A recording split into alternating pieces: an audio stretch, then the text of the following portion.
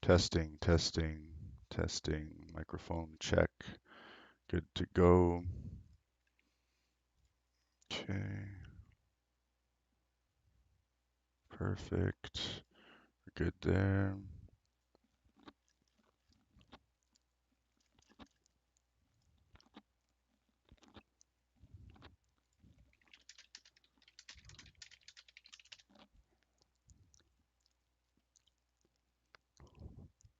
Testing, testing. Microphone check. Not working. Gotta love Discord. Okay, let's see what's going on. Oh, default settings. Okay, well, that's not going to work. Going to change that to headset microphone, headset earphone. There we go. There we go. Now it's working. All right. Going to cross check. We've got our feed working. Looks like everything's good to go. Is it recording? It's recording. Good. Now, how do I get people in here? Share stream link. How do I share this thing? Share. Share live stream. We're going to change it to WarCast. Smiles and SAPTZ and SMILES. Save. There we go. I'm going to share it. Copy a link.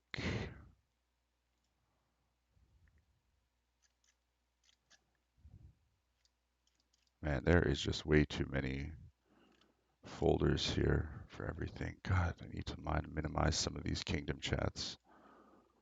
I mean, I love the kingdom chats, but man, does it ever take up a lot of space right now.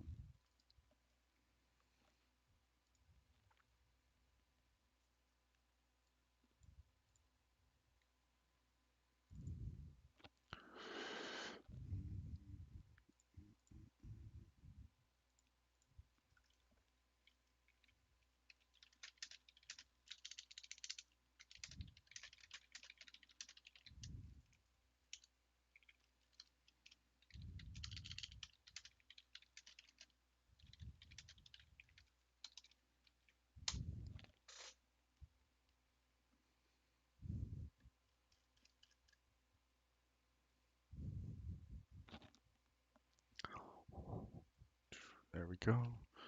All right, it seems like everything's working.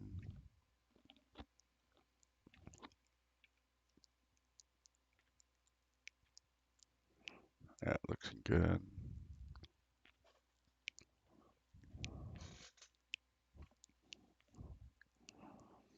Okay, looks good. Now I just got to get these boys in here.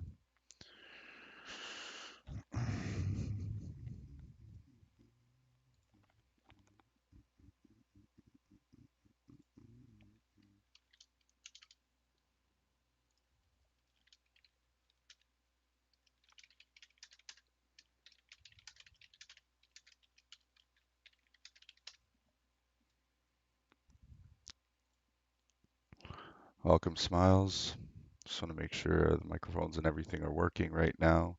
We're already broadcasting live to YouTube, so anything will be recorded at this point. I made some adjustments to the system, so microphones should all be working. The screen won't be bouncing around as much, and courtesy of Lady Augustina, we have some background pictures to work with.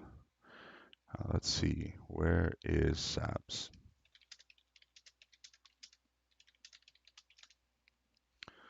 Speaking of people joining us in the chat, I think Persian's going to make me call him on his cell phone.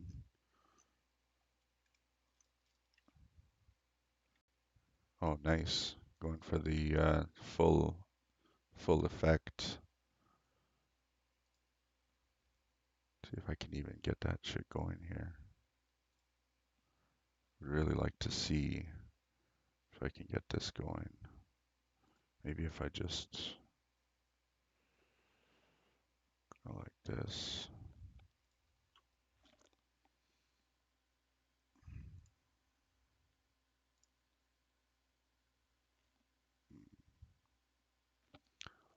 see, maybe I can just go like this. Just get Smiles in here. This might just work. Oh, it's not going to let me. But we get Smiles in the bottom hand corner here. At least we can see him talking. There we go. That'll work for now. Welcome, Smiles. I guess we're just waiting for other participants to join. Muga Voice 1. Yep, that's right. FFW SAPTZ is here. We've got some other people from the community. Let's see if I can get Persian Cat. Oh man, he sent me his number such a long time ago. Where did I put it?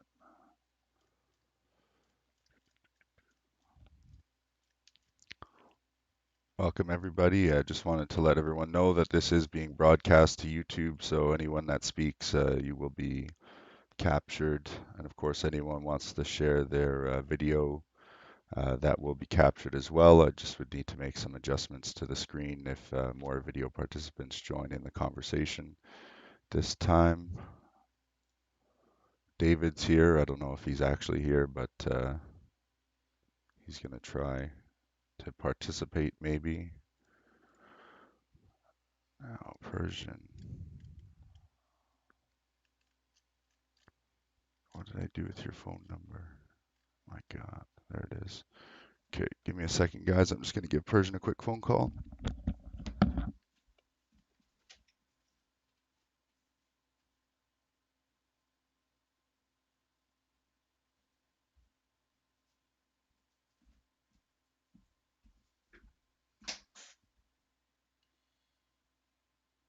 Hey guys, I'm in. Hello, hello. Hello, hello. All right. Now let's see. I'm just going to give Persian a quick call.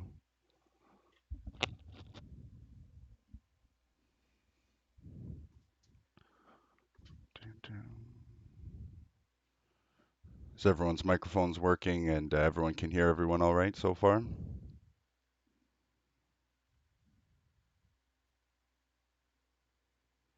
Yeah, I can hear you. Can you guys hear me? Yep, sounds good. Smiles, are you good over there? Hey, what's going Um, on, Persian? You want to join us in the general voice channel in Muga?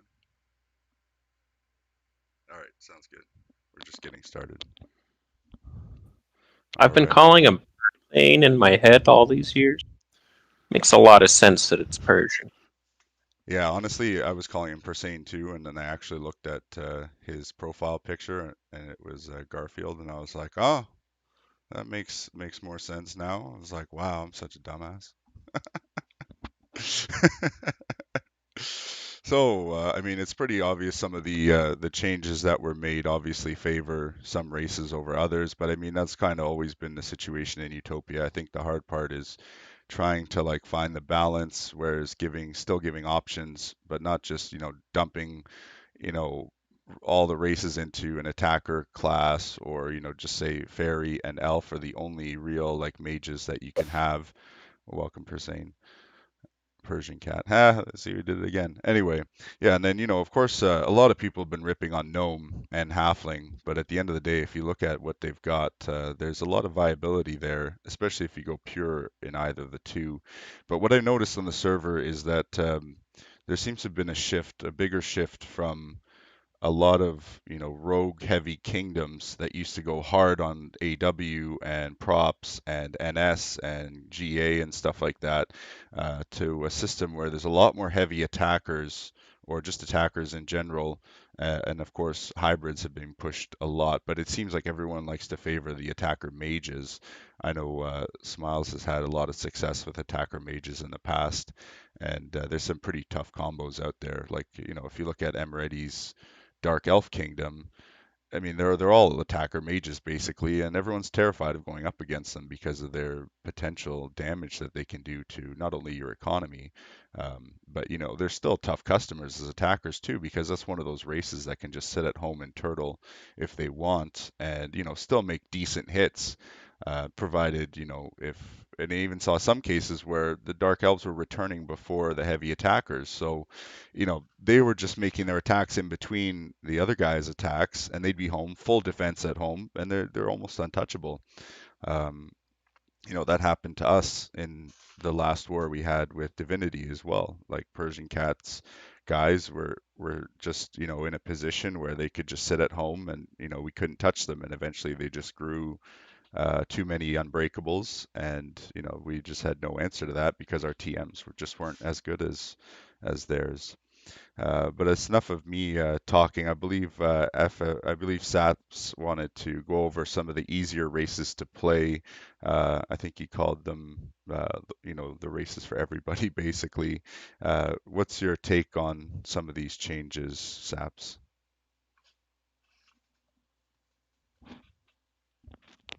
Thank you, Win. By the looks of the changes, I'll just go through what I believe, my opinion on what the metagame is going to be. It looks like we're going to have a significant shift away from mages, considering that most of the pure mages, as you can see, Dark Elf and Elf, they both do not have any guild advantages, which means they'll train wizards at an incredibly slow rate. That being said, if they actually want any success, they're going to have to pair with Fairy. And so let's look at one of the most talked about combinations, Fairy Elf. On just by looking at Fairy and you get all the magic type bonuses. You have magic effectiveness, the mana recovery, and you've got a pretty defensive elite. But you've got some really bad penalties. The 20% trading cost and the negative 10% income probably would set Elf Fairy quite a fair bit back. And if you don't pick Fairy, well, good luck getting any wizards. Spouse, anything to say about that? I think I think you're going to have a little bit less of the I need 6 people that can cast meteor showers. I think you're going to see a bigger trend towards fairy halfling, and only enough fairy elves to manage the meteor shower. I think 2 works, 3 if you're a little worried about AW, but without a TD bonus on halfling, I don't think AW is going to be as much of a threat either. I think you'll also see Elf as the early age power, the innate magic bonus. Fairy will be But a little bit more late age mage. I think it'll only take one end of war ceasefire for every fairy to have more WPA than every elf. In modified. Fairy's going to win every kind of WPA, TPA, magic damage, magic defense, and DPA contest. So you're really trading individual spells or ops from elf or halfling as well as their plus mana or plus stealth. So it's really, can you get the value out of those things compared to the stats of fairy? Yeah, and I mean, there's definitely some options there, and it all comes down to your builds and your kingdom setup as well. As I mean, anyone could solo any of these and make them work, but at the end of the day, we're trying to make like viable war combos and war kingdoms, not just run like tiny, like little micros that are maybe going for a land crown, or if they're lucky, they can sneak past and maybe take a net worth crown. I mean, it's not like it hasn't happened before to the super kingdom that just grows all age, doesn't war, and then, all of a sudden at the end, it's like, oh, how do we catch up to these guys? It's like nearly impossible now. And it's Fairy. I think there are options around Fairy, but again, the people are going to fall back into what they're comfortable with, which was, solid attacker cores, some AM and AT combos, and then, you'll see the periodic, kingdoms that have really solid builds, like mostly Fey or mostly, let's say gnome attacker, just for argument's sake, because how can you deny that potential 400% credits earned, free thieves, free specs, elites convert so quickly. Like, sure, the numbers look a little bit low, and that'll make gnome a little bit weaker in the opening, or seemingly weaker, but it's definitely one of those quiet races that will just sneak up on you by min time if you haven't done anything about them. They're going to come knocking at your door real soon, because the whole goal to take a core out is to take down their defense, or their average defense across the core at home, so that your core can move into a quad tap situation possibly. And when you have every single province quad tapping their attackers, well, all of a sudden your target pool gets a lot bigger, because now instead of using all your core to take down one or two in a chain, you can I issue like 4 hits per province, which all of a sudden almost doubles or quadruples the amount of targets that you can assign hits on. And depending on what your goal is, like, you might just want to take a few acres to bust up their economy, just so they have no room for peasants and they're barely paying their wages. Of course, wage lock doesn't matter anymore, but if you can't pay your wages, you're not making money, which means you're not training troops, of course, unless you're a gnome, for instance, that gets free troops, and then unlimited credits, basically. Like, played correctly, I just don't see how anyone would be out of credits in a warring kingdom playing gnome.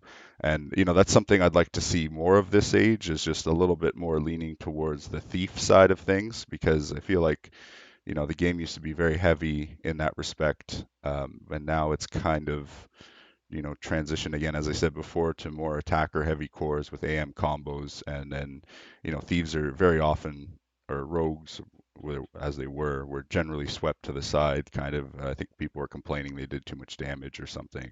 I don't know what the situation was, but I think part of it is also that because Dark Elf Hybrid is such an amazing combo, you got your whole package there. You got an attacker, you got something that can NS really well, something that can fireball really well, and it's really one of the best hybrid combos in the game for a long time now. So I think people are really downplaying a dark elf. They're saying it's garbage or whatever, but I still see some viability there.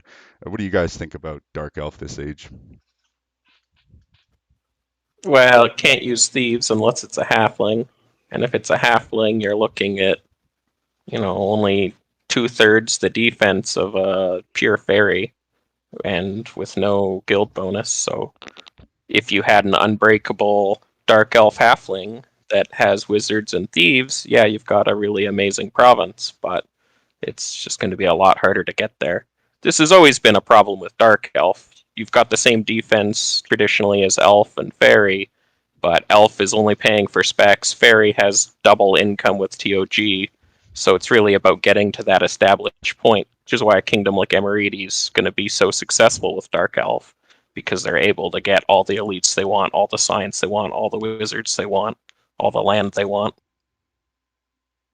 I mean, that's also a function of how much time and dedication Amerity was able to just mass acres early, and everyone's scared to war, that kind of a setup early, because you were converting high offense into high defense. For a kingdom like mine, I would look at running Dark Elf, for example, coupling it with like Avian, or coupling it with Undead, and aiming to have somebody who um, just basically maxes guilds during End of War Ceasefire, and then either if their undead is learning consistently, or if they're like an avian, just sits there, and then early war they'll nightmare wave one, first wave, maybe second wave, and then they switch to just being a fireball machine. Yeah, and I think that's like, as you said, that really scares off a lot of people when they see that kind of setup, because they just don't know how to deal with the ops, like the sheer number of fireballs, and free fireballs basically at that. I met some resistance with Dark Elves this past age, where our plan was, hey, let's just if we steal the enemy's runes and just take all their economy, either by destroying it or stealing it, or fool's gold or lightning strike, nonstop. Honestly, that wasn't even enough to stop them. Like, we kept their runes down to a minimal all the time, and stole runes across the entire kingdom, hundreds of thousands at a time, and it didn't make a difference in the end. They were dumping their mana so easily. They just did one Rob Towers operation, and they had enough runes to cast like whatever they wanted basically. And so, they were a real thorn to deal with. But at the same time, it's like if you dedicate your core to them because your TMs can't opt them, then you're wasting your core's offense, and that's where the race comes in to defeat the enemy's core offense, get the TM UBs, and then build the econ, and either whatever your plan is, just keep slamming them with dragons if they're going to slay them, or just keep sitting up there, building up one province at a time, unbreakable, unbreakable, and then eventually the enemy can't see a victory in sight. Maybe it'll take a few extra days for you to lock down that victory and for them to surrender. But there's a lot of instances in Utopia where people just don't know when to surrender, or they think that, I thought the story of Dark Elf last was the thief damage. So yeah, and I mean, I hope to see some variety across the board. I mean, I hope that most people don't just really just pile into the obvious choices. Like I think Heron Lord was talking about. What was he saying here? He's commenting on the number of pure avians that are in the game right now. I mean, we have seen this before though in the pre-age you're war. cutting out a bit there, Wind. Oh, sorry about that, guys. I think there's Yeah, quality. Dark So Elf, I you think we can run should it the stop attacker route. talking about the previous age and just go right to how Dark Elf is gonna be like this age. Yeah, for sure. Do you have any insight on some easy combos that might be better than the rest for everybody, If Saps? you're looking at Dark Elf for attacker with the mage hybrid going on, Yeah, definitely. I think that'd be a great you've got that combination. wizard damage, you've got that guile WP. It's going to be a tough one for them. Best way to defend against someone without a wizard buff or a guild buff is your own wizards and guilds. If you're forcing yourself into havoc or forcing yourself into only targeting enemy lowest WPA, then you're quite limited on your options. As I always say, if you know what your enemy's going to do, you already win. If you know the enemy Dark Elf can only target these 3 low WPA provinces, you've already got a perfect counter to them, presumably planned. To be fair, though, Nightmare shouldn't be something that you're casting on the enemy, for example, Rogue, consistently, unless you have dedicated a significant amount of time and energy into pumping. And that's one of the things that my kingdom has been able to do in the past is just, we can Nightmare any one of you no matter what because we have more WPA, because we had the natural guild bonus on the Nightmare. And so forcing somebody who wants to do Nightmare into having to dedicate the time and effort or target just the lowest one isn't necessarily a bad change to the concept. It's just definitely going to affect what your choice of race is going to be.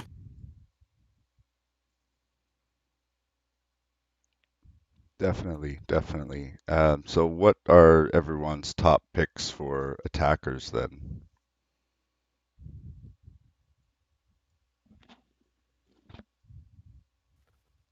I like orcs plus something. Orc dwarf has been getting a lot of talk, at least in my circles. The occasional orc or orc dryad or dryad, just people looking at offense. When it comes to attackers, I put them into 2 categories. You've got attackers that are good against other attackers, or you've got attackers that are threatening TMs. I usually try to hit TMs, so I'm going to be looking more at the high damage or high offense options. Yeah, you really want to maximize, what you're getting out of your numbers. I noticed something, you mentioned something you were arguing with people about, was it like a dryad combo or something like that? I think it was like, or dryad dwarf, or some type of dwarf attacker. You'd have to be more specific, but I think this age, you've got 2 things going on. First off, your ratio of offense to defense is going to be changed quite a bit from your army home everyone's going to have twice as much defense home. So having to wave into someone and then counter declared when you can only one times them and they're quadding you back is going to be a big problem. And then also in general, it's going to be quite hard to hit TMs. You've got your expensive elites. Everyone's going to need near full elite offense. And then you're only going to have one wave to break enemy TMs. So it's going to be a rough one. Definitely. You know, definitely. personally, to that end, I'm a huge fan of undead. I personally view sustain as a way to counter thief mages, because if you can dominate with meteor showers and your attackers can sustain, it's just a matter of time until you're able to break them mid-war.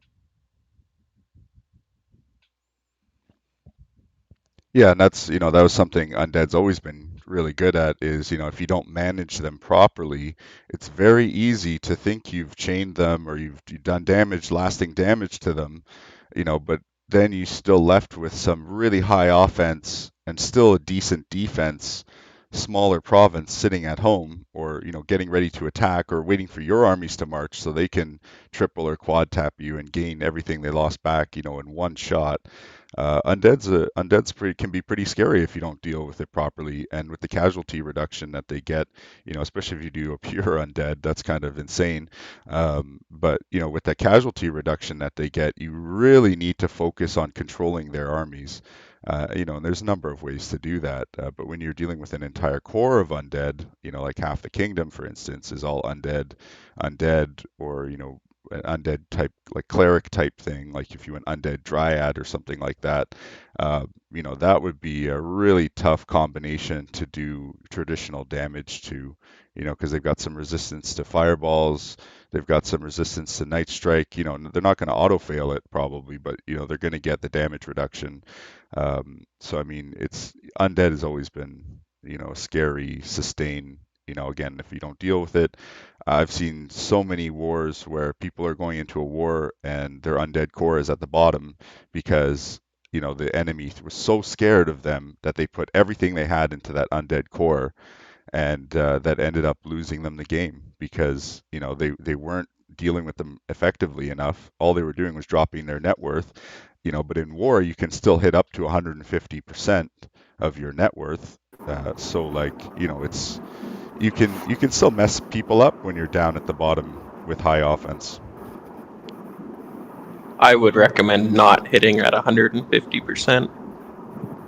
Yeah, only if you're doing a spare tap massacre or raise is what I would. I try and do all my other hits in net worth range. I'd say less than 1 in 10 hits I make in a war is below 88 or above 120. It should make every single hit you possibly can in net worth range, because it's just much more efficient. If you're losing 30% of your value hitting down or hitting up, then you may as well not be an orc anymore.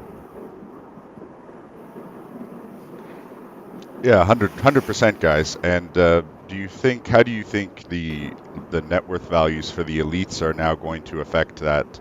In my mind, I think everyone's going to be getting a lot of better gains because they're going to stay within that range a little bit better, or it might be a bit easier to maintain kingdoms with provinces all in range essentially this age. Whereas before, if you had a ton of elites, well, obviously you're going to have a ton of net worth.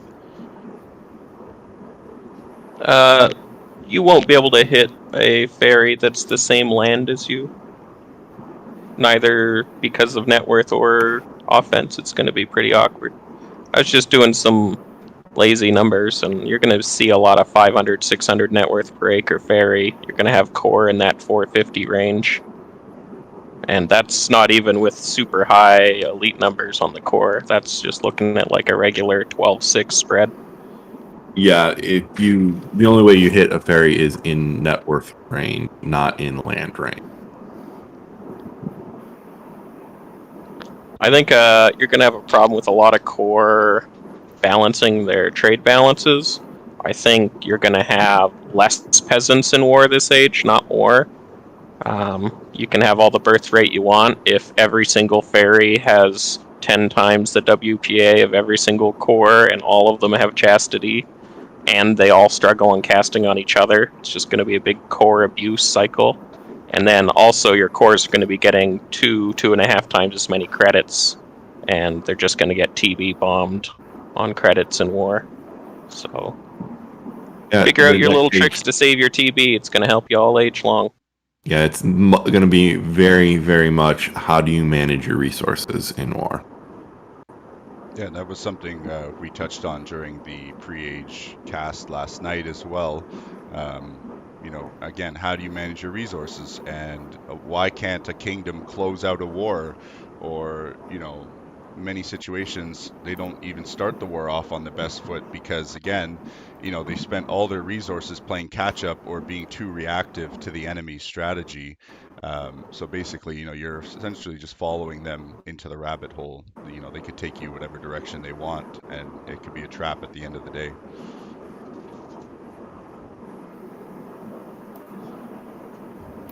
I'm excited to see some people using Fairy to do a lot of growth. At 400% guilds, you're going to be able to grow WPA in war. You're going to be able to double size and end war ceasefire and have any WPA you want. So I think we'll have a lot of people able to suddenly grow, swing up on land kingdoms and the like. Yeah, which should make it harder for micros as well as kingdoms that are just growing, because now you don't have to rely on that end of war ceasefire necessarily 100%, to dump your pool or to grow twice your size, or do something crazy like that in a real quick amount of time. And with that WPA increase, like, to me, that just means they're going to be passing every spell. So if you're really good about selecting your targets and passing every single spell you have, like Smiles says, how's your core gonna deal with a handful of fairies that can just FB you all day long? They pass every single fireball, they're overpowered, and they can cast chastity. You can basically just assign one fairy to one or two provinces. They could control all the peasants.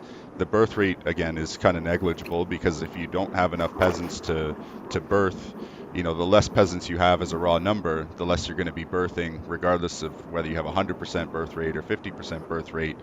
It comes down to that population control, which is so tightly linked with econ. I think TM heavy kingdoms, especially with lots of fairies, are going to be very scary war opponents this age. Yeah, and without the threat of Let's talk about prop, fairies. GA, AW, it's going to be quite a bit different. For sure. Go ahead, FFW. We talked about how we're gonna pass all these spells on fairy onto the core, but let's have a look at how much mana do I have overall. They've only got 3 mana every single tick. It's gonna take an enormous number of fairies to actually collectively do damage on core without sacrificing any self spells. Realistically, if I'm a fairy, what do I want in war? It's very simple. I want a few nice self spells, like maybe to keep myself unbreakable. I want minor protection. I want maybe fountain of knowledge early. I want ghost workers to keep my economy going. Something has got to give. Heroes inspiration. And I need heroes inspiration. I need a lot of things. And self spells cost 3 mana every time you need to cast it. So it eventually adds up.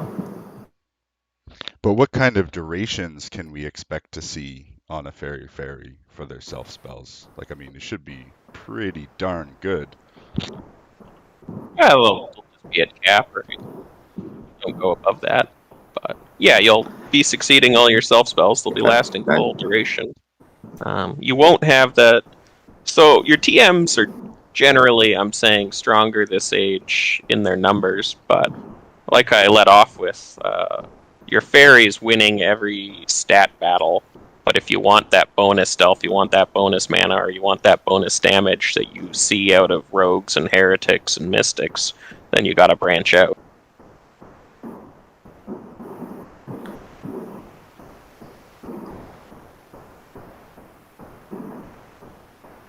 And just looking at it, we can do the math. You get, 72 mana every day? So out of 72 mana, how are you going to apportion it out? Have a bunch of dryads. If I'm going to use Thievery operations, a bunch of dryads, yeah, I guess you can do it that way, but you still got to cast things which dryads don't have, like pitfalls, chastity, and fairies are pretty much pigeonholed into a certain style where you gotta cast certain duration spells. You do, but you don't need all your fairy. Like, you're going to have some lower WPA fairy, your fairy halfling, maybe your fairy gnome if you're a weirdo. And they're going to be able to do your greeds, your pitfalls, your chastities on the easier targets. And then you have your fairy that's able to, like, single target fireball enemy TMs. Your fairy elf is just sweeping MS. I figure fairy halfling's going to be doing a lot of your chastity. But still, you're very limited in mana, just like how heretics are this age. If you run a couple of them, that's all you gotta work with. So that's that's a situation where you might want to take the risk, or it's not really a risk. I mean, it's a pretty sweet combo to play Fairy Elf to get that mana regeneration. Unfortunately, it suffers from some of the worst penalties you ever have: trading costs, income, and combat gains. That's horrendous. Trading cost basically means your fairy elites are going to cost, your fairy elf elites are going to cost 1,800. Once you get the elites, you won't be losing them for the most. I mean, every more every a end of war recovery ceasefire. problem than a prep problem. Sorry, I was just gonna say every end of war ceasefire, you're gonna have to retrain anything you ate via meteor showers. Though it is going to slow down if you want your fairy perfectly pumped and you want to war often. You're going to have a weaker fairy, or you're not going to war as often. Well, it's also the only one that has a guild bonus, so it's got that going for it. And let's not forget. So I guess everyone's a fairy this age. I don't think everyone 4 days can go by pretty quickly. Oh yeah, it does. It definitely does. I mean, it's an illusion sometimes. You think you've got more time than you actually do, and then you actually check your events or you check the date and it's like, oh damn, I just lost 24 hours. What was I doing? But definitely that extra time will help stack up those elites, because I mean, there's no reason with a 4-day ceasefire that you shouldn't be able to do 100% conversion if you really want to. Yeah, there's always that pick. Are you getting unis? Are you getting guilds? Are you getting elites? At expense of WPA. And that's why your undead's going to have the most WPA, because they don't need your unis. Yeah, like the learn Can we not attacks. talk about undead, because that's probably terrible. I don't know. I think you've got some undead orcs. You just go around learning people. Yeah, exactly. And then once you get into war, you massacre the TMs, and you get your core knocked back down, and then you laugh. Yeah, you do it all again. Yeah, you're just thinking about learns and learns and learns. But what if, because of your statement today, everyone's gonna pick undead, and then everybody's gonna have no books to learn? That is a very possibility. Oh, then everyone's just gonna start learning the fairy. And fairies are going to get beat to shit out of war. Yep. But that's the price you pay for having all the spell book and the highest defensive elite possibility. And, it's like, you can't have the most OP race possible. What I like about the changes this age is that it gives every race a chance to be, that great race. It all comes down to how you play it, and resource management is huge. Question for you, Sap. Do you think the fairy gnome has any hope as a TM? I think it's very powerful, to be honest. It has everything a rogue wish it has, except for any innate thievery bonus. What you've got is 30 sabotage, which is pretty damn strong. That's like a combination of Dark Elf and Heretic Guild of Last Age. 35% basically means you can just throw riots on anyone and it's 30 days. Are we going to see any super thieves? Any halfling, any gnome, any halfling gnome?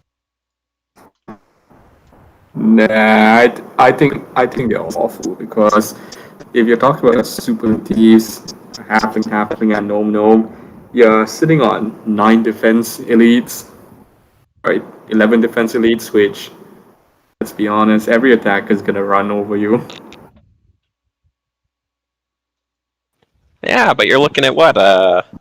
Almost 80%, 90% NS damage from that gnome? Yeah, assuming they survive the first wave, which I doubt will ever happen. Yeah, they're going to get like 8 TPA every tread in credits. The first person who gets chained and releases and feeds all their soldiers to the gnome is instantly pumping the gnome to whatever you want. So how about a human Assuming the gnome doesn't die 2 first. million books in Valor and 20 libs breaking 100% Valor science? Gotta slay those dragons. Oh, speaking of dragons, that's another point we should go about. Yeah, you know me. I've run a Sage composition for the past 2 ages. I love my science, but it takes too long to get off. And with human having these kind of bonuses, I think it's just too vulnerable early age.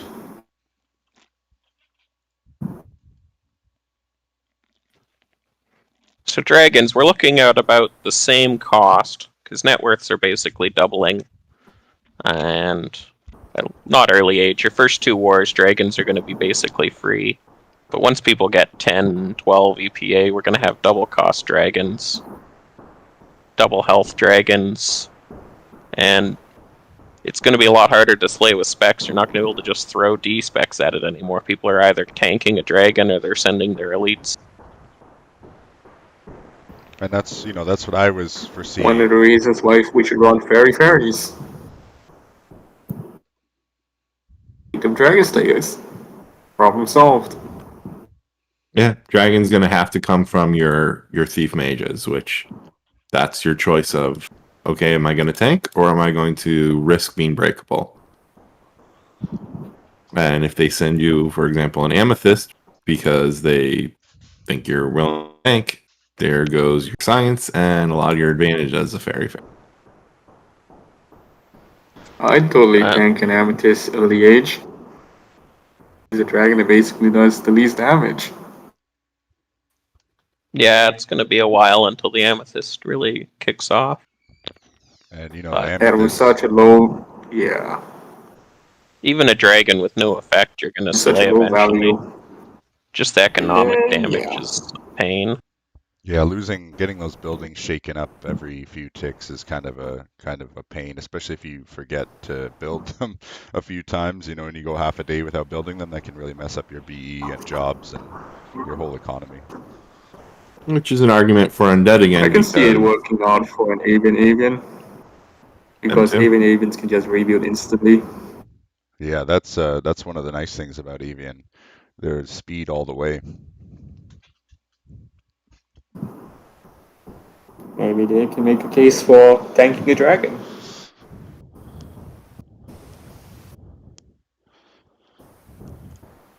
Yeah, 100%. And again, if a lot of the server does go undead and people are all chasing science, Amethyst is probably going to turn out to be the least used dragon again. To be fair, Amethyst really isn't used by anyone outside the top 10, because no one outside the top 10 has enough science to matter. I don't know. My kingdom saw Amethyst used every war past age week 5 because it's just so devastating to your science. But it's Oh, hard. if you have science, It's like a assuming an sapphire NH that only affects science, TMs. I mean, it lowers the offensive military of your attackers. It lowers the economy. It ups your wages. It damages literally everything if you have any kind of reasonable science. Oh, I think I Yeah, but summarized an it Amethyst Dragon damages pretty it good in enough the as past few like ages. 20 libs, but nobody's running 20 libs. So if you're comparing that That's me, damage that man. way, it's not as high as a topaz at that point.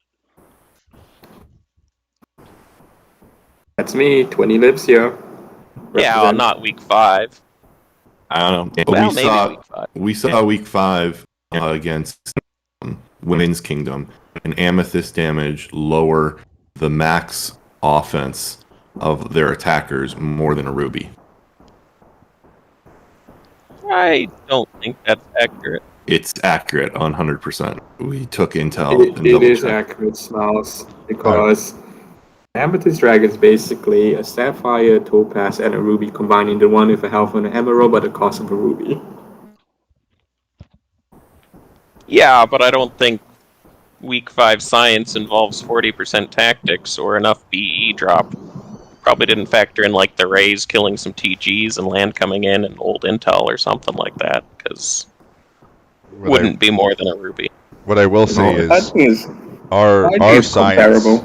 our science was very tightly allocated. You know, I had our core going specific categories. All the books were going in there. So yeah, when we got hit with that Amethyst Dragon, that really kicked the shit out of us. Yeah, because it lowered the building efficiency, so it lowered the TG, it lowered the offensive military efficiency, it lowered the population, so their BE took a hit from that. It literally hit them for everything. Yeah, because if you look at like what our setup was, we were heavy tools, heavy population, heavy production on the econ side. Military was heavy OME with about 10% gains, and then about 20 to 25% on valor and heroism base, and then everyone had about 100 magic and thievery, you know, buffs on the arcane side.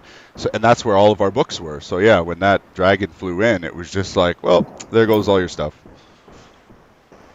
Ah, the hidden HP buff to Amethyst, because it nerfs Valor Science.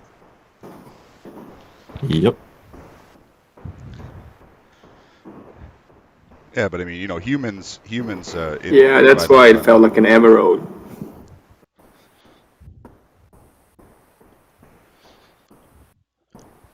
Well, yeah, so I don't know how I feel about human next age because you're starting with no additional troops. You've only got an additional scientist, which is pretty much what? 2 days? A 2-day science advantage? And that's about it. Well, it's a compounding effect, though. You have 2 additional scientists that last for the entire age. And yeah, 35,000 books or more a week, every week. So doesn't really add up.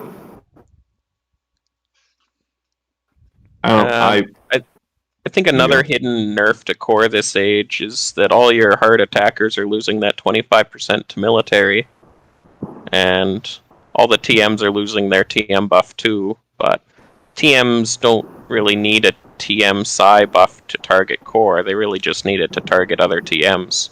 So I think the relative strength there went down quite a bit because 25% more books in your military. It's like a free amethyst.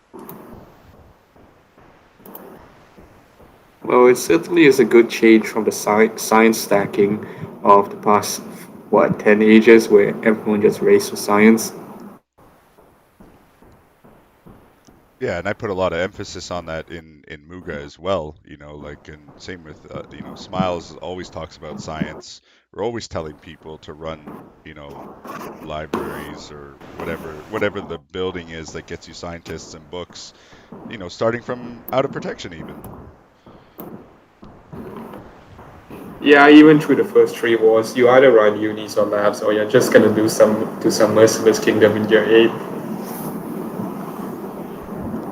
Yeah, it's true though, isn't it? I ended my age on an undead under 5 million book, and it served its purpose. Yeah, I mean, not having the most books possible doesn't mean you're not going to be a good province. I mean, you can once you get to a certain point, the bonuses are pretty good. So, even if you don't have a ton of books or the most books in the kingdom, you're still going to have a great age with that province. The net worth effect of having too much books used to be a minor issue as you got to late age, but I think next age, besides there was no change to book net worth, you're not even going to see it. That was one sort of hopeful buff to undead on the book generation that kind of turned into nothing.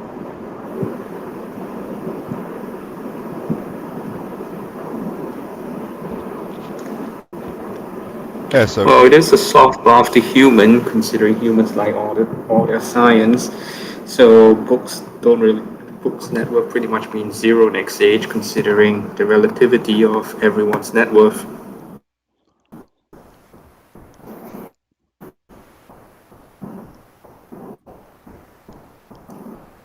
yeah, and it'll be interesting to see how, the net worth numbers look this age, and what compositions people choose to run their armies at, because I know a lot of people, there are some people that like to run spec armies and go for high conversions and not even train elites in ceasefire so that they can pump WPA or just go science the whole time.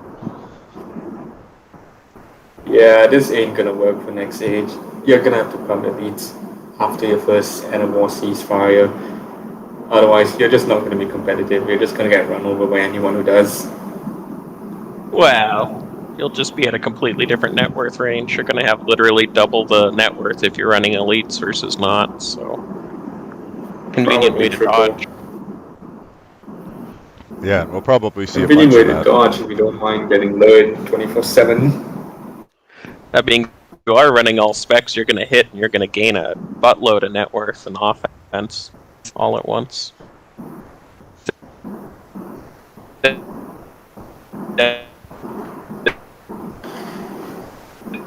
Pretty awkward position though.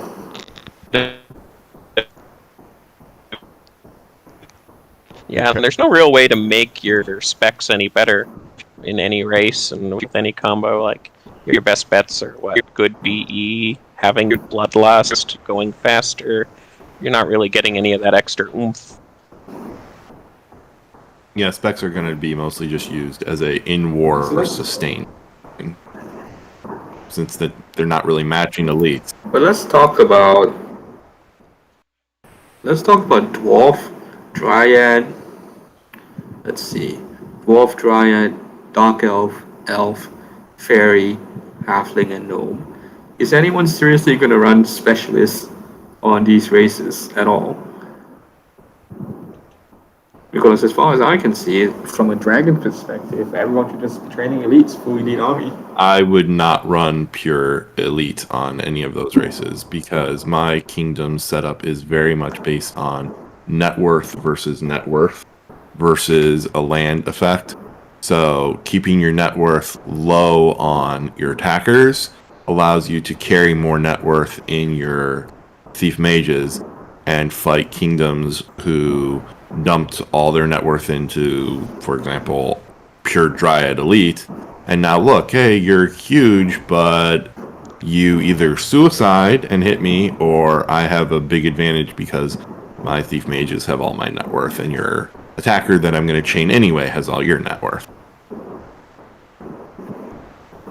I'm gonna go right ahead and suicide. Zero incoming, no problem. I do it all the time.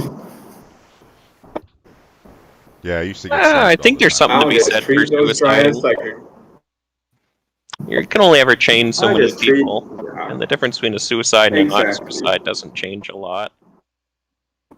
May as well Exactly. I suicide, just hit their send all my TM, stop their dryads on a eco. massacre mission, and that's about it.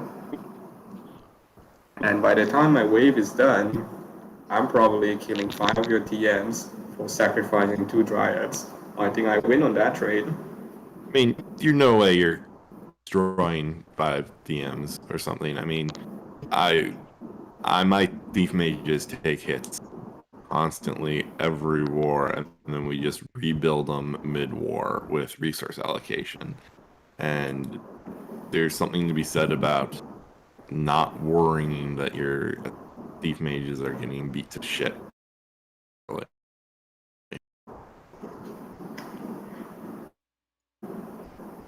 Sounds like everyone should follow a screw up strategy and just run at TMs every war. Massive offense, run at TMs. I think it's I a know pretty Smiles is a legit big fan strat. of screw up strategy. It's good strategy. And then you can just leave everything elites home at the end. Just get enough credits, sit home, win with peasants. I'm not a big fan of the everyone having spec elites, like 7-point defense elites as attackers. Just means that hitting somebody home is 3 times as hard as hitting them out. So you get everybody doesn't want to wave each other. Everyone's a dwarf. Then maybe you get, yeah.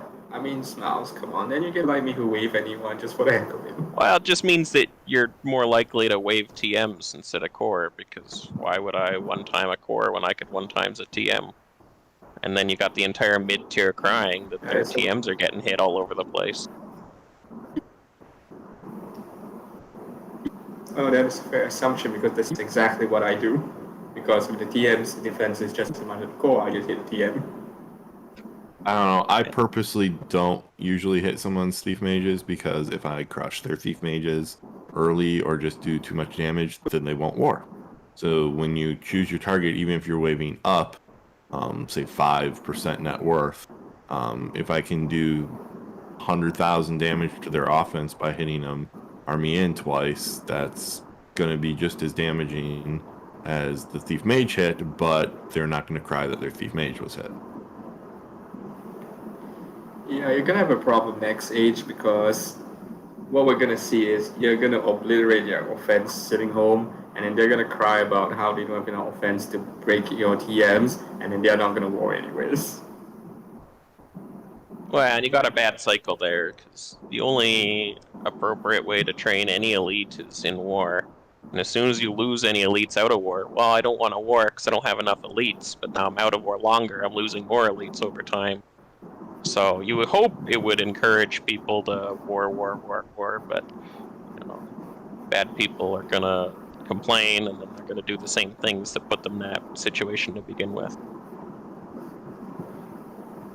I'm sure we can both attest to how difficult it was getting war last age when everyone just wanted to sit home and just pump and wait until they're perfectly ready before they actually go to war. Yeah, I had 4 or 5 different kingdoms say they needed a week to pump to catch up to my pump. And then a week later, I had another week of pump, and so they just said, oh, I can't do it. So I don't really want to play a game where I have to intentionally do things worse to get wars. Like when it comes to not hitting enemy TMs, because then they don't want to war. Well, if it's the most effective move, it's what you should do. The only reason you're not doing it is because you want to pretend to be weaker to maybe get the war. At that point, you're not playing to win. It's just this weird meta strategy thing going on. Well, I mean, that's the difference of if you're attacking someone within 5% net worth range, because that's the only person available. If you're attacking somebody that's 15% larger. If it's somebody 15% larger, yeah, you're probably attacking their thief mages because you need to do that damage. If your goal is to have war to have fun, I mean, I could sit in the game as a 25-man kingdom and never war anybody. The only way wars happen are when both kingdoms look like it's going to be fun and it's a mutually respected battle, and attacking someone's attackers because, hey, this does damage and now you have a chance of beating me. That's how you get a war. If you look at the kingdoms who war the most, they're not the ones who are attacking up 20% every time. Warbirds never made sure that every single war was them hitting literally the strongest kingdom that can declare. A lot of kingdoms attack them. That's the only way you can get war if people are scared. And again, it comes back to I can deliberately make myself worse to get more wars, the whole screw-up strategy. But, you know, it's like making bad moves in a game of chess just so that it lasts longer. It's not really what you're supposed to do. It's just more fun for everyone. And that's what we kind of did this past age, and it didn't work out very well. That's why you've got psi waving, at least. Hit for science, certainly not a good war move. Yeah, tell me about it. I remember a number of Science, times. if they declare, great. If they don't, I still get something. I remember one age when I was waving smiles, and it was just like he kept saying, "No, we're not going to war. We're not going to war." And I'm like, "Well, I'm gonna keep learn waving you until you do something about it." And then all of a sudden, he was kicking my ass. Yeah, you know, sometimes you just need to buy a couple of hours. Yep, no, I agree completely. It was a total setup. You had such an amazingly strong kingdom after all those learn waves. We lost a lot of troops. It's Well, that's the not problem really with learn about. waving in an elite age. It's just so expensive. It's almost impossible to do without Yeah. undead of some kind. Or a spec-based offense, but those don't exist anymore. I believe at the time we were orc necromancers or something. Yeah, still very costly. All elites were very expensive that age.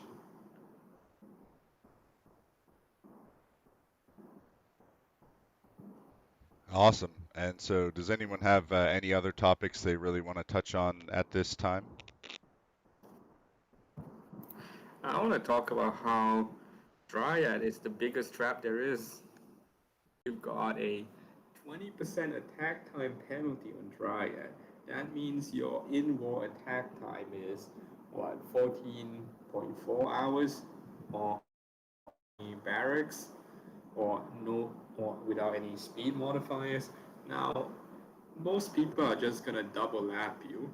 So I like to caution everyone picking Dryad not to fall into the same trap of having too long attack times, because you are absolutely gonna suffer. Not sure I agree 100% because that's the same. Dryad versus Orc, for example, is effectively the same thing as Orc versus Avian as far as the attack time goes.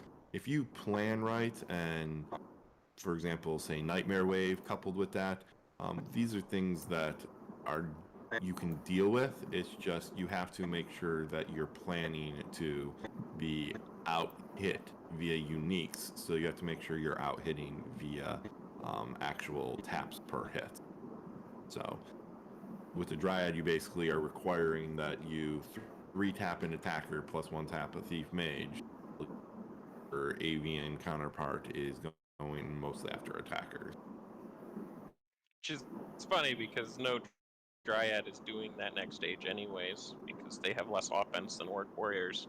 I don't see any Orc Warriors one-hitting a TM and 3-tapping I mean, core. we do that right now with avian clerics, so, but that's because we use Nightmare Wave strategies. So, I mean, we've taken somebody from 220k defense down to 20k defense on a standard wave, so I mean, it's very easy to do. You just have to be able to plan it out right. No, it's not. It's not that easy to do, assuming everyone's competent enough to use sabotage wizards or other forms of mitigation. Fireball people. Chain one person less. The amount of nightmares that you have to put in to do that, you can cut the enemy offense by 10% kingdom-wide with fireballs. I mean, 2 casters can do that, so. Yeah. Yeah, 2 casters is a lot of fireballs. Also, yeah, I mean, yeah, if you have 90 nightmare casts, yeah. you can do that. But that's, I mean, each successive nightmare is getting a little worse as well. And you also run into the most expensive cost called the General. Well, hard to hit in net worth range. You can't really chain someone lower than your lowest net worth unless you're throwing in a lot of inefficient generals. Hence the expensive cost of a general.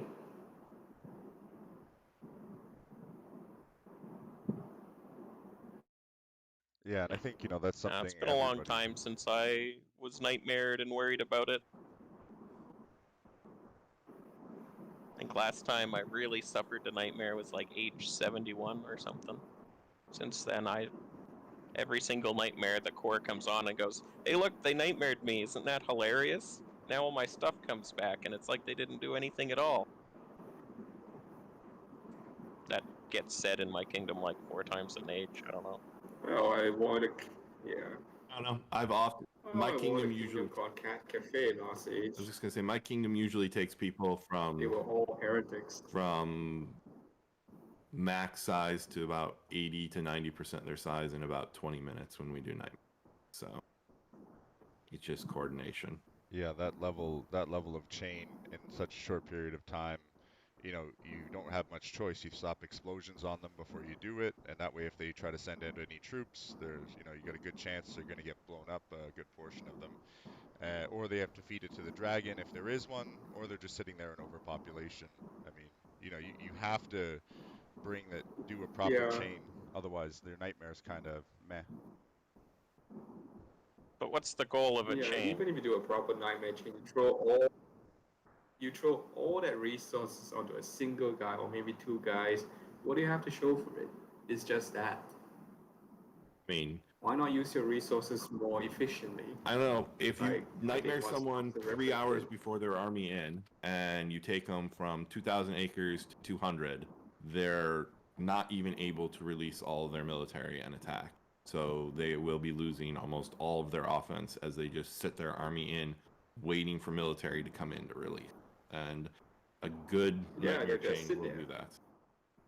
Yeah, They just sit there for Yeah, they'll 5 just days. sit there. So exactly. what? They sit there and lose all their offense. That's the whole point of chaining someone, is to make them lose their military, to lose their offense. If you can take The someone whole from, point of chaining someone is to make it so they can't hit your TMs. You only need to Disagree. hit someone enough to do that. You don't need to hit them more than that. I disagree, but that's just how fundamentally my kingdom operates. So Well, Yeah, and I'd love to war it. there are different styles, and like what Smiles is saying, there's a lot of weight to that, and same with Persian. Like that's the old style, was chain them down to the dust and basically not kill the province, but make them useless essentially, to the point where they can't even do anything now. Like take away their offense, make them small, and that's one less core attacker. Where Smiles is like, well, you just make your TM safe, and the attackers can just trade hits back and forth all day long because it doesn't matter. Let's not forget how good land Yeah, is if cool. you're at 200 acres and you have 20 WPA. You go from 200 to 600 acres, and Let's also not forget that land loss is significantly impacted by net worth. So you gotta do it at the right timing. sabotage wizards 3 times before you chain them. With an attacker, when you nightmare them to 0.2 TPA. I mean, these are standard moves when you have a nightmare wave setup, and my kingdom has been doing nightmare wave setups for probably 10 or 15 ages, just because it's very easy for us to coordinate. usually find that you do more offense damage with a Night Strike wave than the chain actually does. Do you do Nightmare plus Night Strike same target, or do you split them up? Well, we usually do nightmare plus night strike and then take them to nothing, so that we can chain 3 targets a wave with like 5 casters. See, I'm not a fan of that. I don't like it.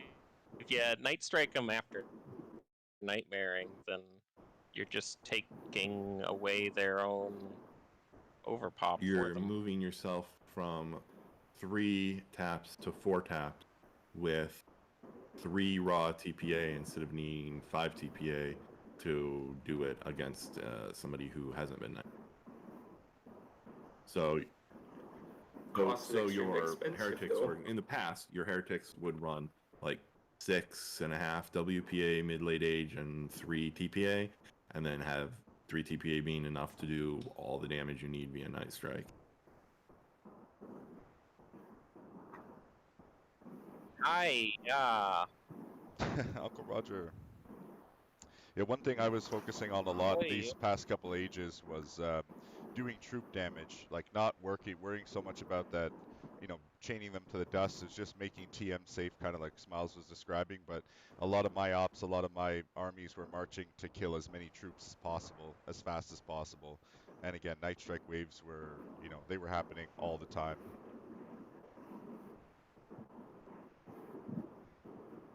Other than that, my TMs were basically just doing fireball and chastity control.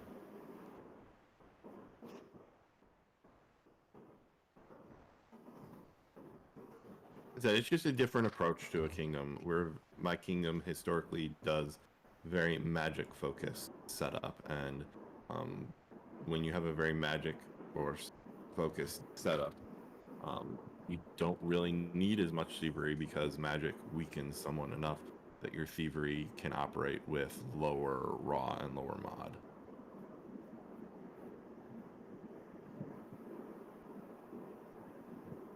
Sounds doable.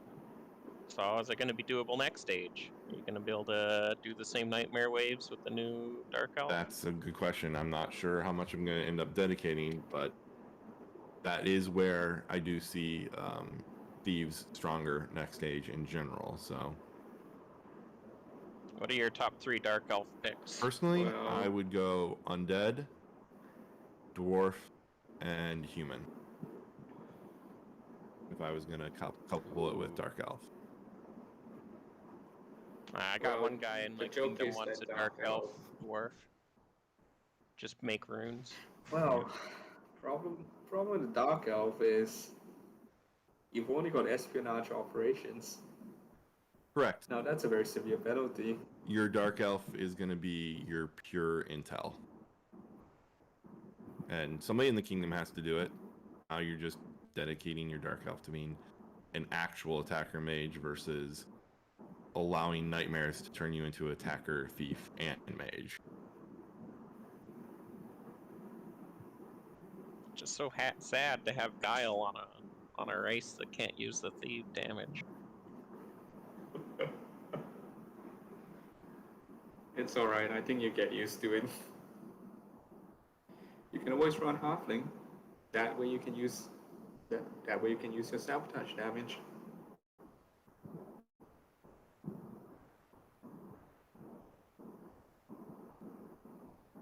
Yeah, and that's something I noticed right away. I'm really hoping that people lean a little bit more to the thief side of the game, because I think everyone's been focusing really heavily on attacking and mages more so than anything else. Well, it'll be tough because there's only one decent rogue option, and then even that doesn't have the same T power it used to have without the TB bonus. So you're going to have a lot of struggle. It's just going to be a lot more night strikes. You're not going to see those higher level ops nearly as much. Yeah, and I mean, Well, I disagree that if you run a Halfling and a Fairy together, you can run realistically 20% thieves then, and you still have equal loss reduction as what you would have today with maximum defense. Sure, your TPA bonus might not be as high, but you have halfling TPA bonus to compensate. So you're gonna look. So halfling fairy would likely be more powerful as a rogue than any rogue option available today. Maybe on virtue of fairy this age than any TM that's ever existed. That could be true. I would disagree there, considering we did have an age where fairies had no rune cost, had meteor showers, and you could run fairy rogues. They Being were strong. that close. What age was that? I think it Remember, I'm was. relatively I think fresh. it was the 40s. Okay, anything Someone before old enough to 69. look at it. But I think the arcane science and defense and guilds and spells you see on fairy are just a big heap of wow.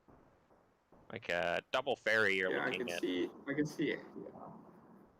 Double fairy with I can pretty much libraries see late every age. single TM. It's gonna have a lot of Let's just put plus it this way, science. Smiles.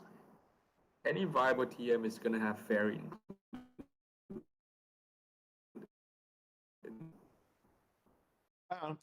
I think running a double elf is very viable as your primary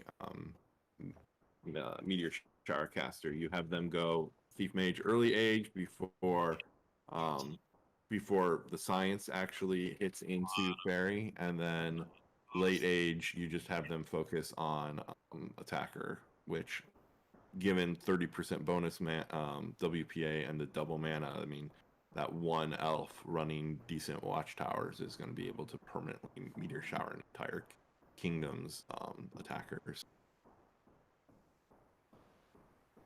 They'll really struggle with that because considering an elf is gonna pump wizards as fast as a core does, so you're gonna have some real problems with that. It's gonna pump as fast as a core, but honor builds up and you just run more guilds.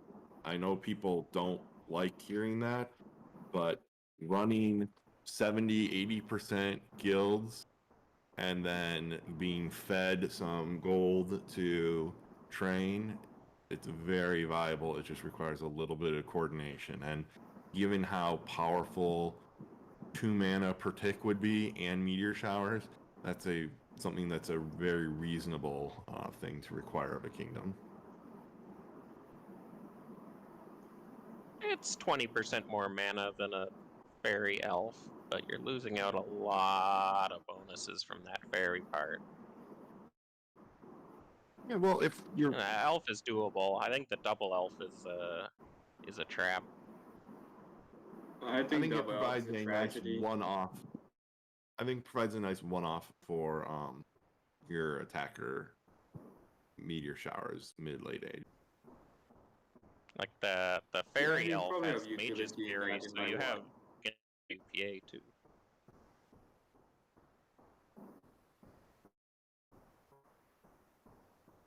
Yeah, but let's put it this way. You run elf, you're just gonna have utility for one war.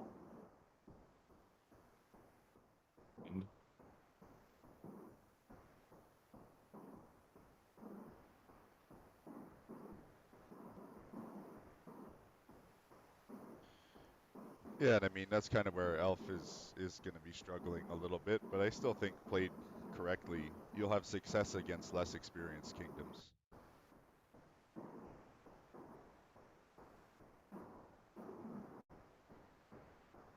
Does anyone want to examine another race or combination? You're probably Now, trading let's a do lot predictions. of early age What's gifts. Emeriti gonna run? Yeah. My first thought as soon as I saw these was, human. Why not? What's Emeriti gonna run? Isn't that the $1 million question? That's a good question.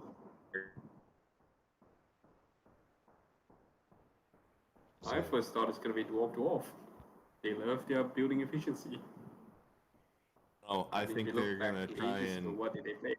I don't know. I think they're gonna mix in gnome because the ability to war spoil out of protection and generate massive credits, and then just train nothing but offense while converting into a defense is spiral them up.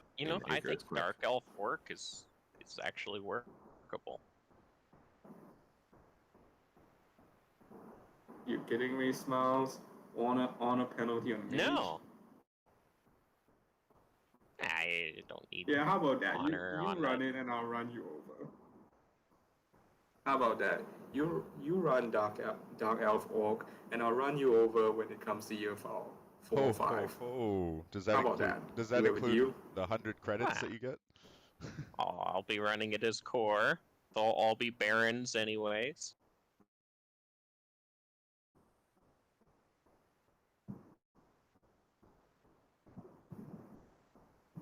I think the bounty died when I didn't crown last stage.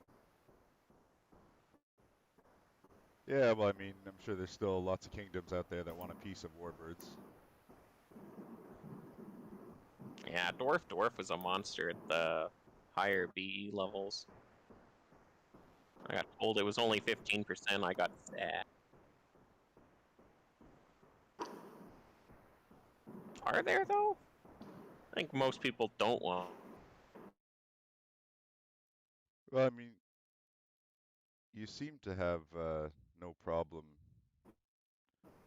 You seem to have no What's the problem fun getting without my those. science stacking kicking in? I literally have no bonuses from the first week to the fourth week.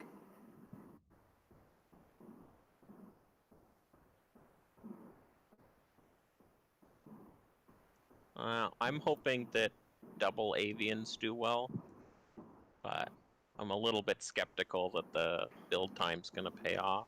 It's going to be really good first wave in that declare. I think the actual in-war benefit gets a little bit reduced.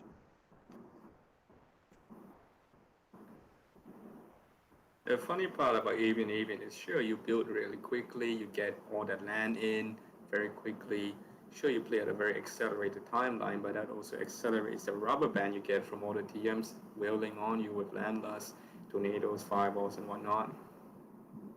And let's not forget, Avians don't get any birth rate bonus. Various orcs and avians are actually going to get punished pretty hard getting hit home. The 5 versus 7 elite's actually going to scale them down quite a bit on defense. Make them more waveable. More waveable, yeah, but you're still losing a truckload of troops trying to wave them. Their bonuses gotta hurt, do you know? something. We're just gonna go back to proposed declares ever? Polls declared that those things die when confessions keep breaking the server, man. What we need is a super, super cheap dragon that doesn't do anything, but you can use it for meter. I mean, you can always send That's a called dragon. Sapphire.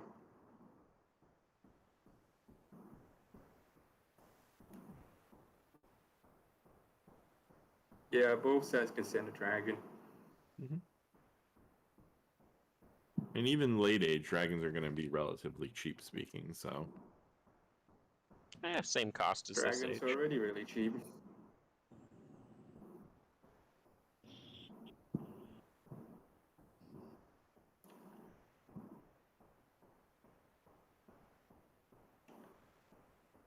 So, any other setups you guys were looking at discussing?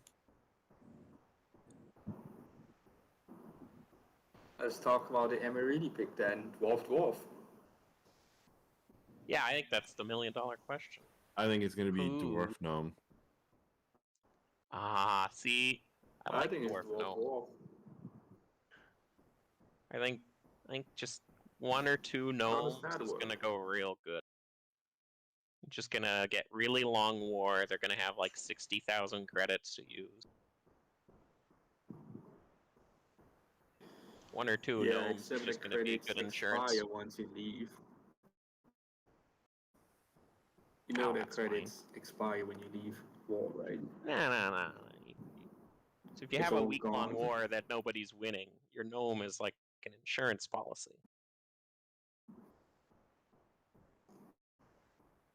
An insurance policy.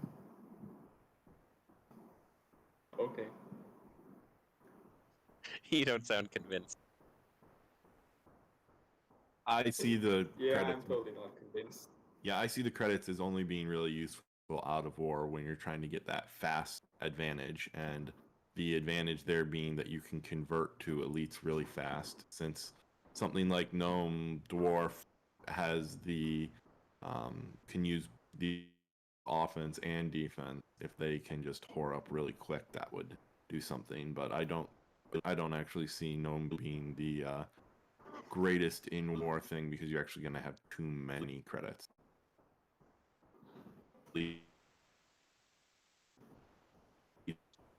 Gnome Dwarf, tell your friends. It's not the worst offense. You're quick. You can sit home, beat people home. You've got CS to help your watchtowers. You got the building efficiency for a little bit of TD and Thief.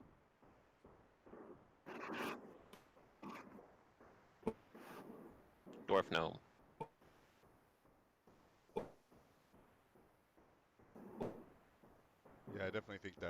Great Of Gnome as the combo. Emeriti pick. Let's see if it works out. You think most attackers are going to I be think it's so pure or long and so many hybrid? levels considering you have. I think they're going to be hybrid. There's no way they don't take advantage of birth rate bonus. I think you'll see a few kingdoms running pure, but only for very specific reasons. Otherwise, most people are going to end up hybrid.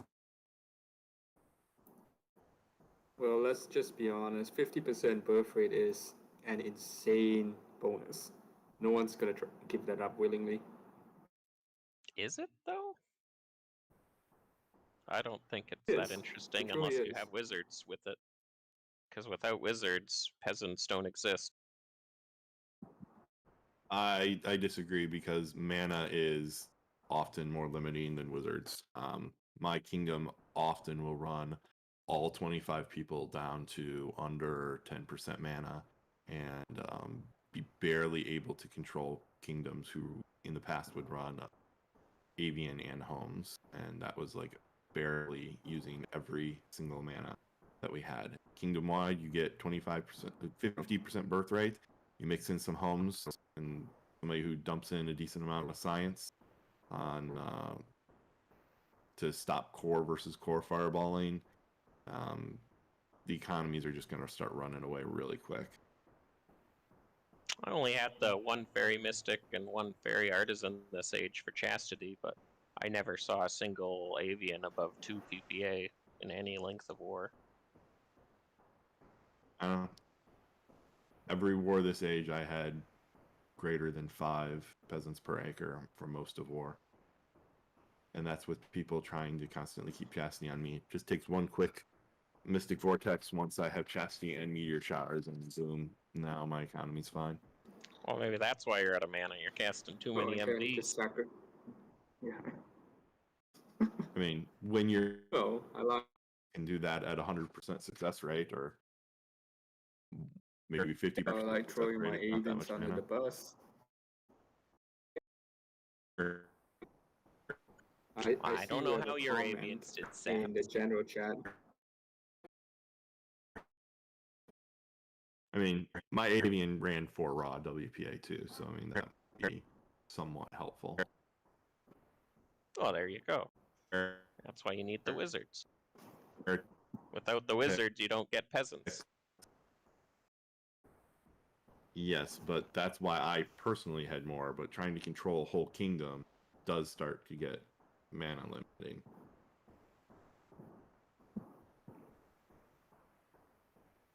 Well, the other half you chain. You'll need to control the lowest offenses that aren't a threat anyway.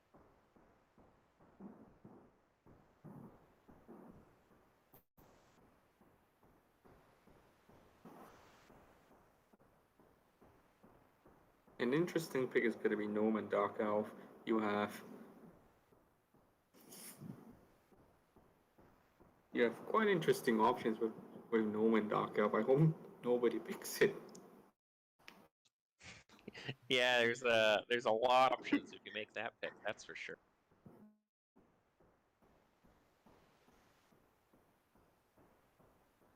I gotta take this call. I would certainly like to see someone run that pick.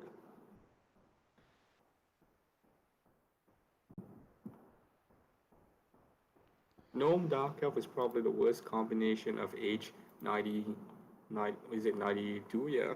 92. Yes, So I don't know if anyone agrees with that.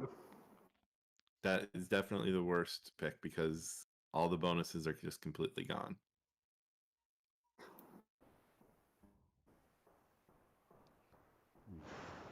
Oh man. Yeah, that is a rough combination. Just looking at it now. I'll post it. It's so bad. It's so terrible. It probably never. It probably nobody will ever probably pick it. Someone's gonna pick it, and they're gonna restart probably before the age starts. Once they see the numbers, it's just the starting numbers alone.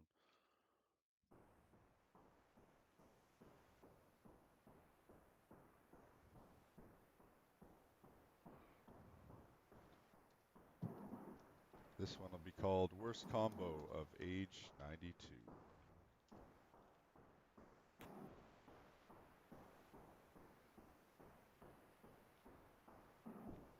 All right. Are there any other combinations that stand out as being possibly the worst combination you could pick?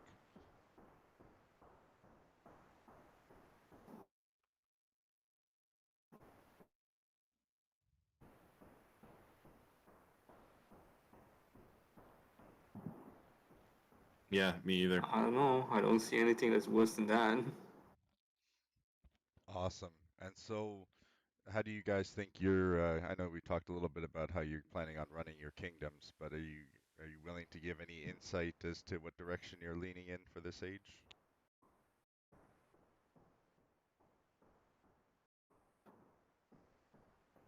Orc Smash. I have to figure out. I'm a huge fan of Orc. I've always picked Orc. Well, I personally love hybrid mages as a kingdom-wide concept. Whether or not we can make it work, um, something that allows for high WPA and decent military is probably what my kingdom will go for. In the 15 ages I picked the setup, I think 9 of them were Orcs, so go Orcs. Yeah, I've always loved orcs, and to be honest, I think Smiles pointed out earlier when the final changes came out, pretty much orc. There's a lot of good combinations for orc. You can't go wrong with orc as your choice, that's for sure.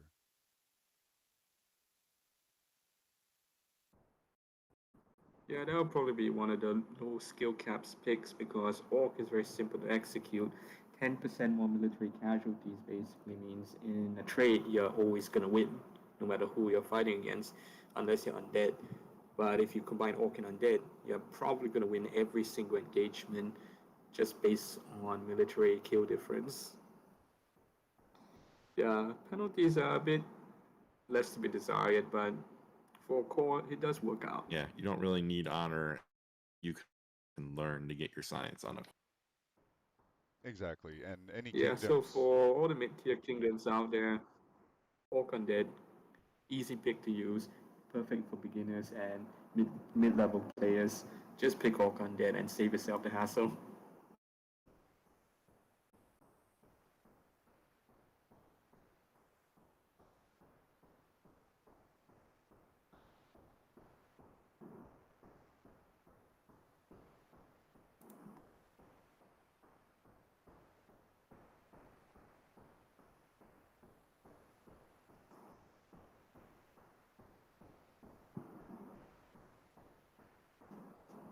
Yep, that's all my thoughts. Wonderful. Does anyone have any thoughts? I mean, we can wait a few moments till Smiles finishes up his phone call. But is there any mechanics that anybody wanted to touch on, such as hostile situations or anything like that?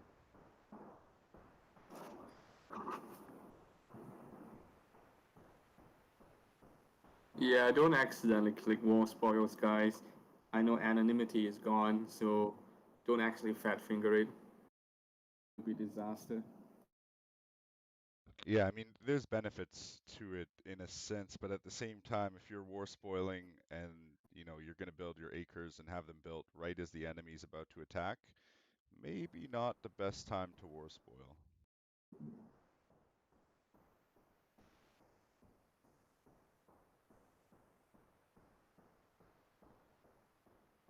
Because it's like, they just destroyed your buildings or you just got buildings, so it's like, all right, I'm going to build my buildings again. And then it's like, you spend runes to get the war spoils, you spend more money again to build the buildings just to have them knock them all down again.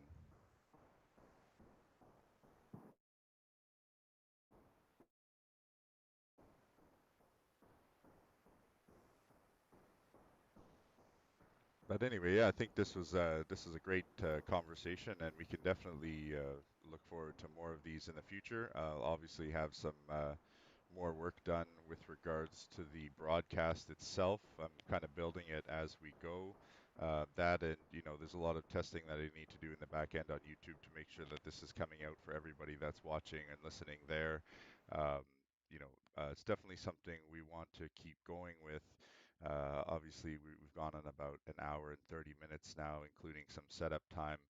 So I think in the future, just for the sake of everybody's personal time end the game. I think, we're going to try and keep it to about an hour, hour and a half, maybe in the future, just when we look at wars. But to be honest, I don't expect there to be that many wars that it's going to take us this long to go through them all. It would be nice to do some live like warcasting, and what I mean by that is, look at the kingdoms, get some intel together, possibly get the monarch or leadership of that kingdom to participate in the discussion, at least, if from both sides or if one side is only possible, that works. Otherwise, we'll just have our skilled war commentators, SAPTZ and SMILES, Cheatsy if he's willing to join, Person Cat, of course, is I'm sure willing to step in on any of the conversations that we have going forward. We do have some other reporters this age, and there should be a lot of great stuff coming out of Utopia news this age. So I want to thank everyone for coming to this podcast, and I just want to open the floor quickly to anybody currently in the podcast or in the chat area with regards to anything we talked about today or any last minute questions.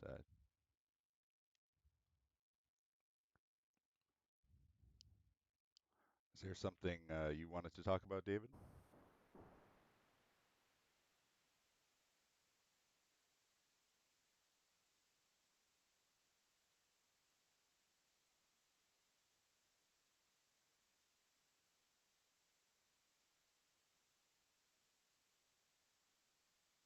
Hello.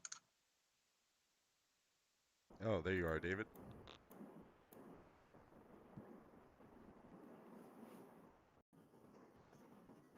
I guess he's having some microphone troubles right now. We'll just give him another minute. I guess Smiles is pretty busy on that phone call, so I don't think we might not see him back for the duration of this. Did you have anything you wanted to add, FFW? Hello. Can you hear me? Yep, there we go, David. All right. Hey. So yeah, I was asking, when are you going to live stream 2-minute ticks? It's like a real-time strategy.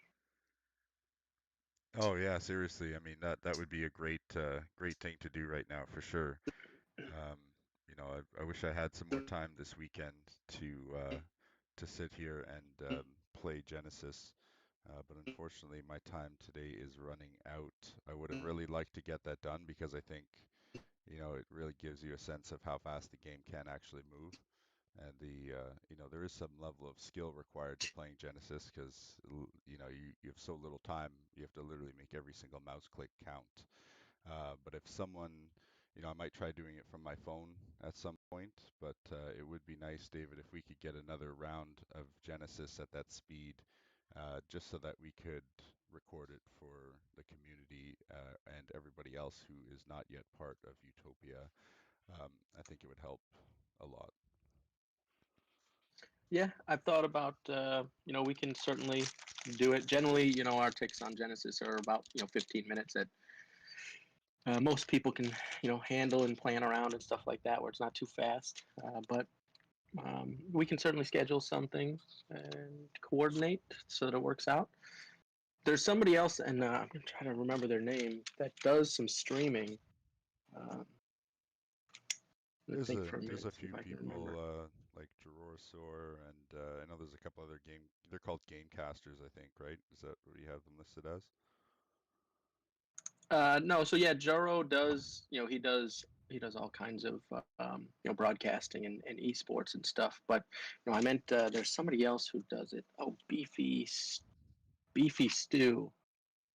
Yeah, Beefy Stew number 4582. He he's done some streaming before. We tried to get together and do something once. Not sure if he's still around though. I see him in the Discord. I don't know how active he still is. Yeah, and I mean that's definitely something I think we just need to work on. It just needs a little bit of planning and timing to get it all settled and sorted out. But the age hasn't even started yet, so I think there's still some time to get things done. And I mean, we have quite a milestone coming up in the next year or two or longer with age 100 on the horizon. So I expect a lot of quality of life and improvements to the game to occur in that time. Absolutely. And without going into too much discussion now, that's something that the podcast is going to cover. It is coming. It does take a lot of time because we do have a lot of participants. And again, I'm still doing a lot of troubleshooting with regards to broadcasting and streaming to YouTube. One of the biggest issues so far seems to be the latency and connection between Discord. Discord itself has never been 100% reliable, but going through my broadcaster, going to YouTube, there's a lot of factors at work here. So I want to try and optimize that a little bit better, and have some more visuals ready for when we go into that one. Yeah, I'd probably, if I had to, I'd probably suggest finding a platform other than Discord to use as like your chat connectivity utility. Yeah, and I think, I was looking at Meet websites or Zoom or Google Chat or whatever it is, Google Video. Google Meets, and I think that we might have to go in that direction in the future. As much as I'd like to cast it through Discord, unfortunately, the connection just doesn't seem to be consistent enough to give like a nice quality from start to finish on the video. So we'll definitely have to explore Yeah. opportunities there. Yeah, and that might be something, how I don't know if you've seen like nitro boosting and stuff like that, where they have the different levels and they give you more bandwidth and better quality audio and things like that. So maybe that's part of it. We're specifically being throttled because we're not a certain level of boosters, and that could be it. But certainly, I mean, there's some of the guys that do the generals.io. There's events, every other week or every third week or something like that. And there's a guy who does casting there. He has his own Twitch channel and whatnot. He definitely put you in touch with him and maybe go that route. Yeah, that would be awesome. And I mean, we want to try and keep everything as low cost as possible or no cost as possible, because obviously we don't want to have to pay for everything that we do. And I don't want. I know to get up to the next Discord, I think perk like boost level, you need like 15 or something like that. So, I'm Yeah, a lot.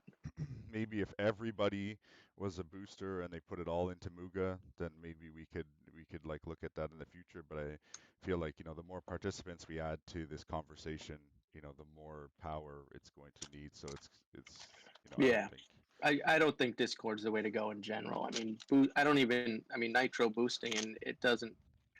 I mean, it's certainly, it's probably not worth it. Definitely, there's some other avenues out there.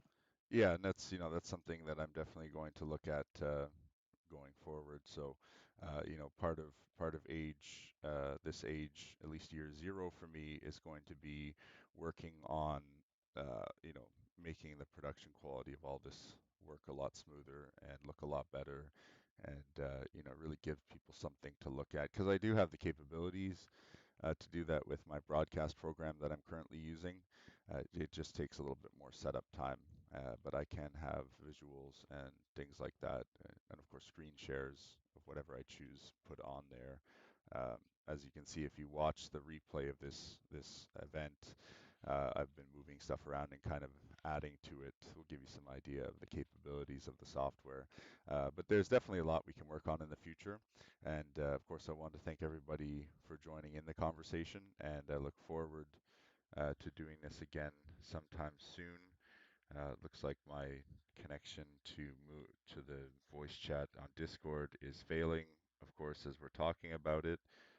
Probably really choppy right now. But thank you so much for your participation, everyone. Persian, thank you for all the wonderful changes that you've made to Utopia this age, regardless of what the feedback is in the server. And David, thank you so much for coding it and making sure that it works. I hope everybody's enjoying Genesis right now.